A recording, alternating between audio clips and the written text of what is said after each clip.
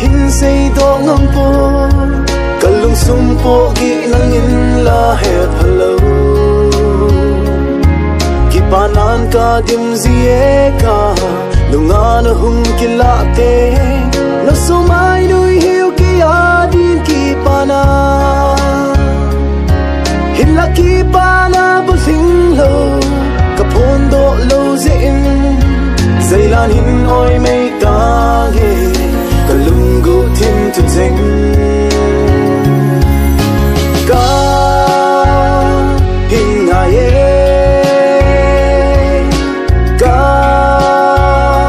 hin lu se ke adi in ka hin de hen ne ba khom ke le hen